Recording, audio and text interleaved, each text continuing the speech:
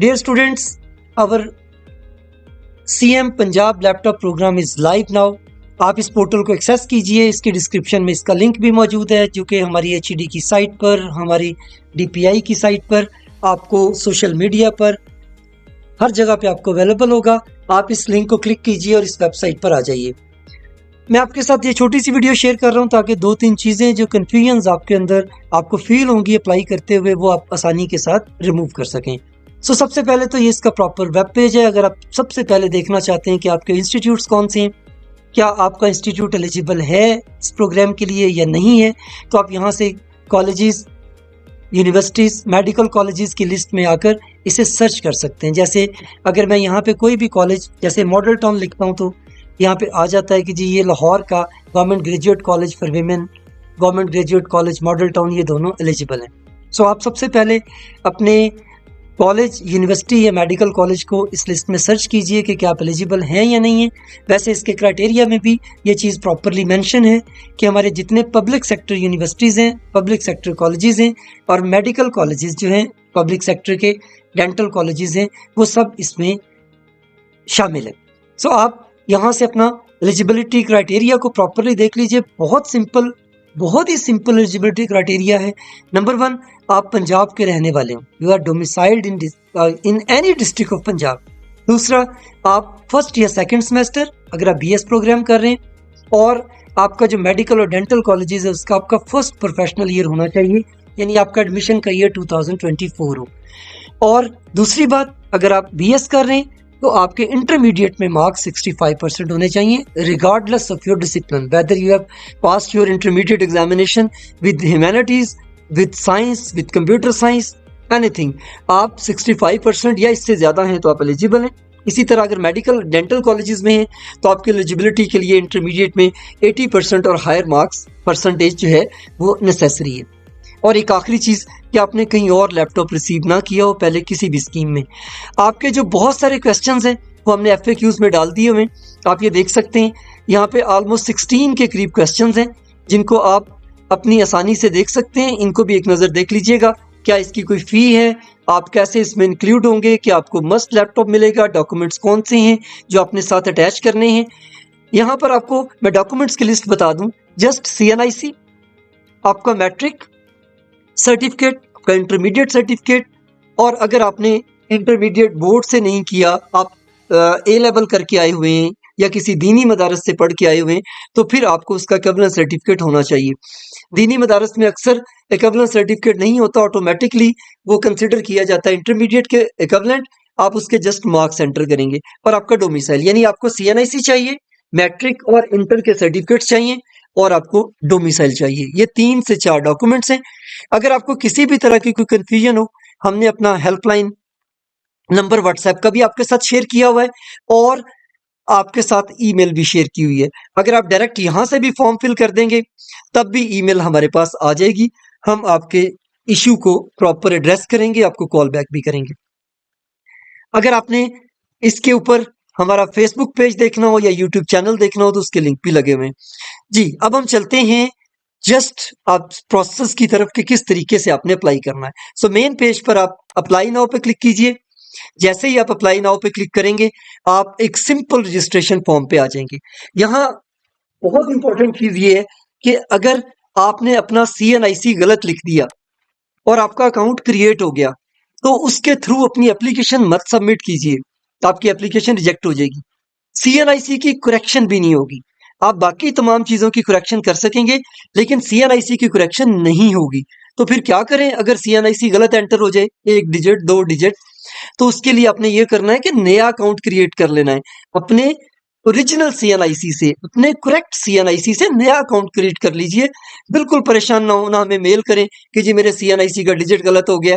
कुछ भी नहीं, आप अपना जो करेक्ट CNIC है उससे अपना नया अकाउंट बनाएं, अपनी नई एप्लीकेशन जो है वो अपलोड कर दें। सो जस्ट इस फॉर्म को फिल कीजिए। इस फॉर्म को फिल करने के बाद आपके पास आपके इंस्टीट्यूट की डिटेल आपसे पूछी जाएगी। उसके बाद आपसे एड्रेसेस आपके जो हैं, कॉन्टैक्ट की डिटेल पूछी जाएगी। देन आपसे मैट्रिक और इंटर के मार्क्स पूछे जाएंगे, और उसके बाद आपसे एक एफिडेविट जो है वो अपलोड करवाया जाएगा।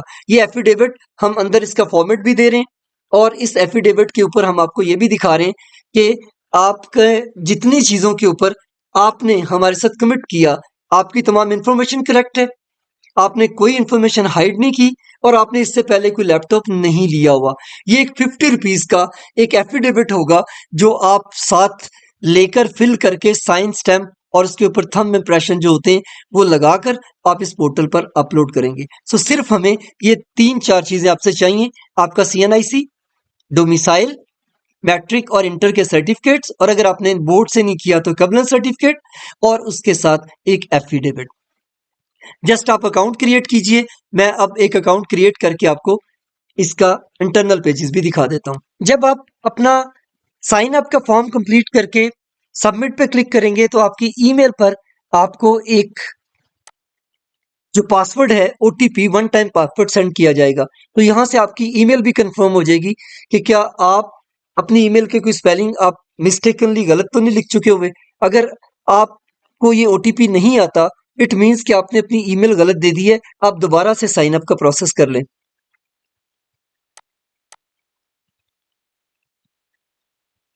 जब आप ये OTP लगा लेंगे और वेरीफाई पे क्लिक कर देंगे तो फिर आप अपने अकाउंट में लॉगिन कर लेंगे और लॉगिन करने के बाद अपना डाटा फिलिंग स्टार्ट कर देंगे। जी, ये पहला टैब आ गया जिसमें पर्सनल डिटेल्स हैं, फिर कॉन्टैक्ट इन्फॉर्मेशन है। मैं इसको फिल करके आपको आगे चल के दिखाता हूँ। यहाँ पर कोई ऐसी इंपॉर्टेंट चीज आपसे हम लोग नहीं पूछ रहे कि जिसको आप बाद में करेक्ट ना कर सकें। इसका जो नीचे वाला पोर्शन है वो करंट इंस्टीट्यूट डिटेल्स का है जो आपने फिल करना है। इसमें आप अपना टाइप ऑफ इंस्टीट्यूट लेंगे, उसके बाद अपना कॉलेज ले लेंगे, जो भी कॉलेज या यूनिवर्सिटी जिसमें आप पढ़ रहे हैं। अच्छा बच्चों, यहाँ पे आप लोगों ने ये गलती नहीं करनी कि अगर आप किसी एफिलिएट कॉलेज में पढ़ रहे हैं, HED के कॉलेज में, फॉर एग्जाम्पल हम मॉडल टाउन की एग्जाम्पल के साथ ही चल रहे हैं, तो मॉडल टाउन कॉलेज में अगर आप पढ़ रहे हैं, जैसे हम यहाँ से मॉडल टाउन लाहौर कॉलेज ले लेते हैं। अब ये मॉडल टाउन कॉलेज में आप BS कर रहे हैं इंग्लिश में, जो कि पंजाब यूनिवर्सिटी के साथ एफिलिएटेड है। स्टूडेंट्स, आप लोग मिस्टेक ये करते हैं कि आप यहाँ पर पंजाब यूनिवर्सिटी ले लेते हैं जबकि आप पढ़ रहे होते हैं अपने गवर्नमेंट ग्रेजुएट कॉलेज, किसी भी ग्रेजुएट कॉलेज में।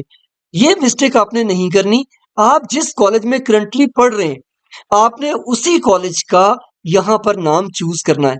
अगर ये गलत हुआ तो आपकी एप्लीकेशन रिजेक्ट हो जाएगी और आपको जो है वो दोबारा से रीसबमिट करना पड़ेगी। अब यहाँ से हम ले लेते हैं हमारा डिपार्टमेंट। अगर आपको आपका डिपार्टमेंट इसमें नहीं मिलता तो परेशान ना हो, हमने इसमें अदर की कैटेगरी भी रखी हुई है। सो हम यहाँ से कोई सा भी डिपार्टमेंट चूज करते हैं।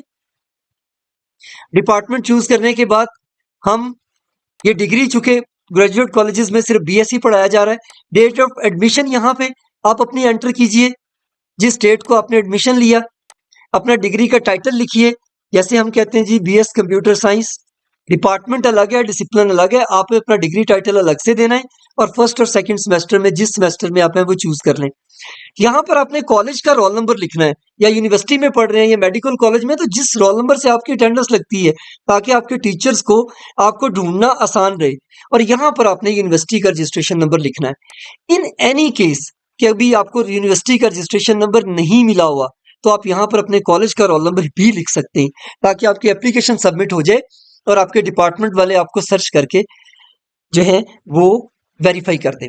ये है सिंपल आपकी करंट इंस्टीट्यूट डिटेल, और इससे ऊपर आपकी प्रोफाइल फोटो और थोड़ा सा डेटा जो हमने आपसे मांगा हुआ है वो एंटर आपने कर देना। जब आप ये प्रोसेस मुकम्मल कर लें तो आप यहां से सेव एंड नेक्स्ट स्टेप पे क्लिक कर सकते हैं।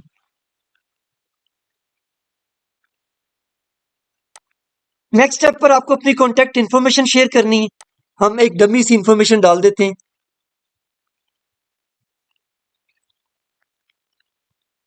सेम एज अबव पे क्लिक करेंगे तो जो आपने टेम्परेरी या पोस्टल एड्रेस दिया होगा वही आपके पास परमानेंट एड्रेस में भी आ जाएगा।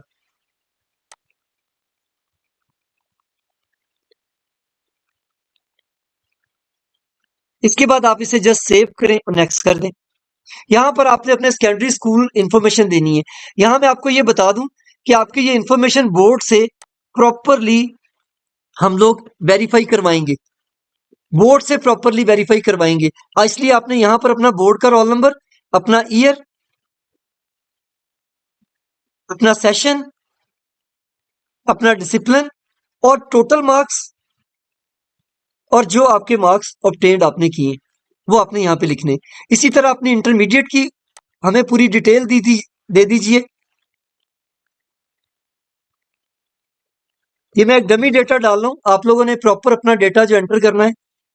टेस्ट रोल नंबर्स में डाल रहा हूँ। अगर आपके मार्क्स यहीं पर कम होंगे तो आपको ये बता दिया जाएगा कि आपके मार्क्स जो हैं वो एलिजिबिलिटी क्राइटेरिया को मीट नहीं करते। Percentage should be greater than और equal to 65, you are not eligible.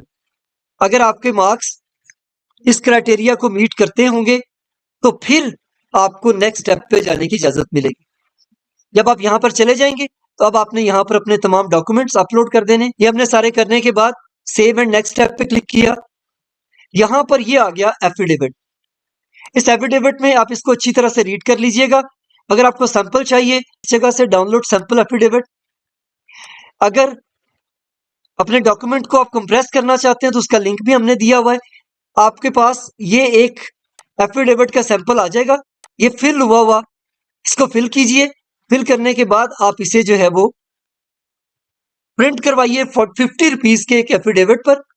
बयान हल्फी अपना लिखिए और फिर उसे इसके साथ अपलोड कर दीजिए।